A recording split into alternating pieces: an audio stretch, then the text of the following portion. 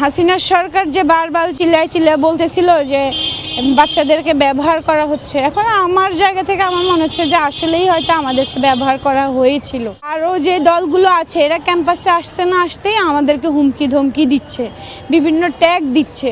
তো আসলে এরা সবাই একই ক্যারেক্টারের লোক। কাউকে খুশি করার জন্য আমি কথাও বলি না, আমি কোনো দল করি না যে কোনো দলের মানুষ আমার পিছনে আছে। আমি মা হয়ে গিয়েছি, তাই আমার শারীরিক পরিবর্তন ঘটেছে, এটা আমার সময়, এটা আমার ব্যক্তিগত ইস্যু।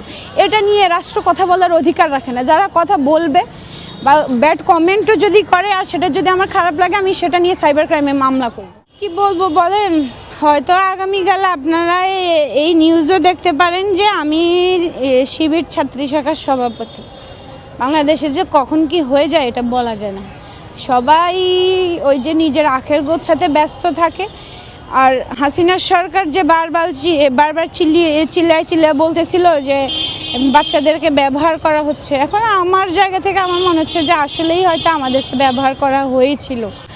না হলে মানে বিএনপির লোকেরা এখন যেভাবে কথা বলছে সকল ক্রেডিট ওনারা নিয়ে যাচ্ছে, যেভাবে শিবিরের লোকেরা আত্মপ্রকাশ করছে।